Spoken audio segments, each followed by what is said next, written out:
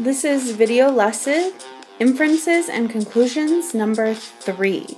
You should be on this lesson if you scored 0 through 4 on the Inferences and Conclusion quiz following Inferences Conclusion lesson 3. So if you scored 0 through 4, you are in the correct place.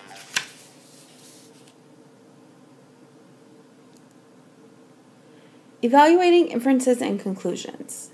To make inferences or draw conclusions, use what you know plus clues in the text to help you understand details that the author does not state directly. Let's take notes and fill that in. To make inferences,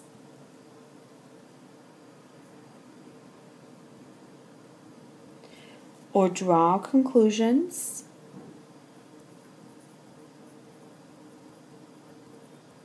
use what you know plus clues in the text to help you understand details that the author does not state directly. You can also draw a conclusion about the overall message the author wants you to understand. Okay? And we have been learning some ways to do that. So let's review those. Pay attention to clues in the text that lead you to understand something that is not stated directly. Combine what you already know with details from the text.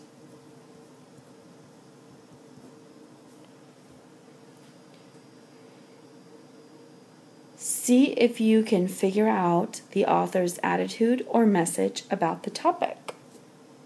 Okay, so these are all ways to help you make inferences or draw conclusions when reading. You can use graphic organizers to help make an inference or draw a conclusion. So how do we do that again? Let's take a look. In the left box, write a clue from the text. In the middle box, we're going to write what we already know. Remember, this is called prior knowledge. In the right box, you are going to write your conclusion.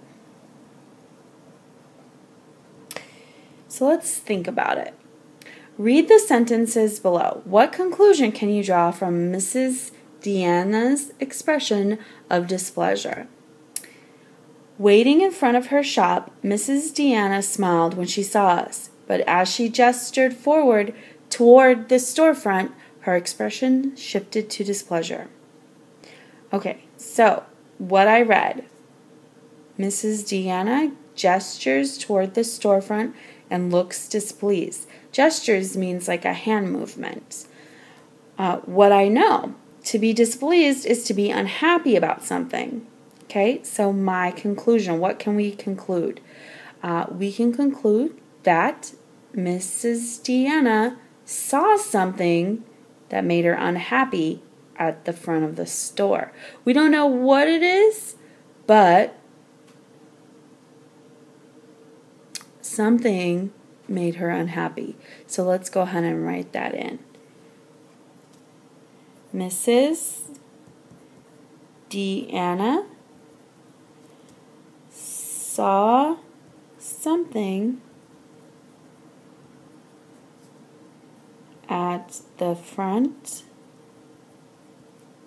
of the store that made her unhappy. Use a strategy.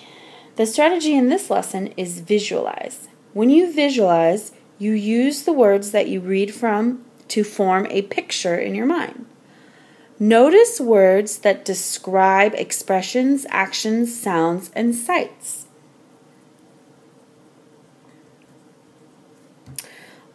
Also, use the descriptive words to help you imagine what is happening.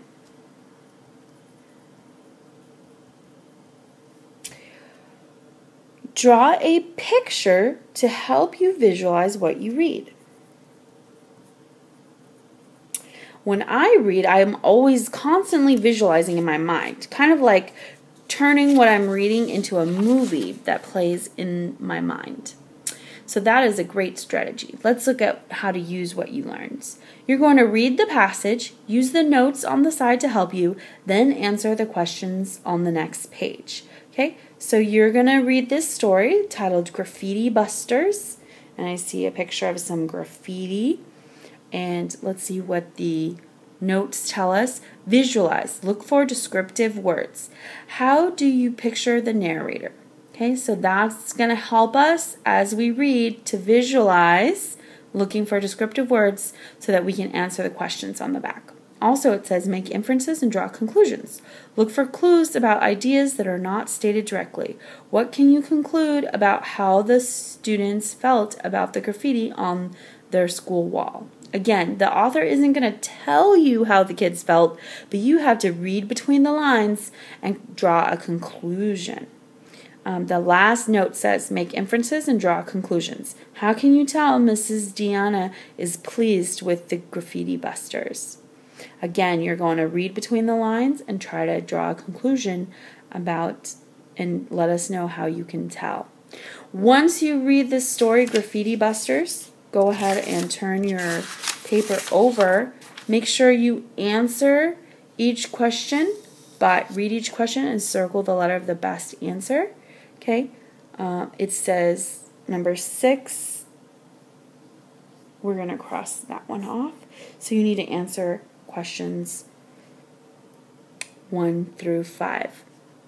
Go ahead and do this independently. You can hit pause. Once you finish, make sure you mark it off on your tracker, and you are ready to pick your next topic.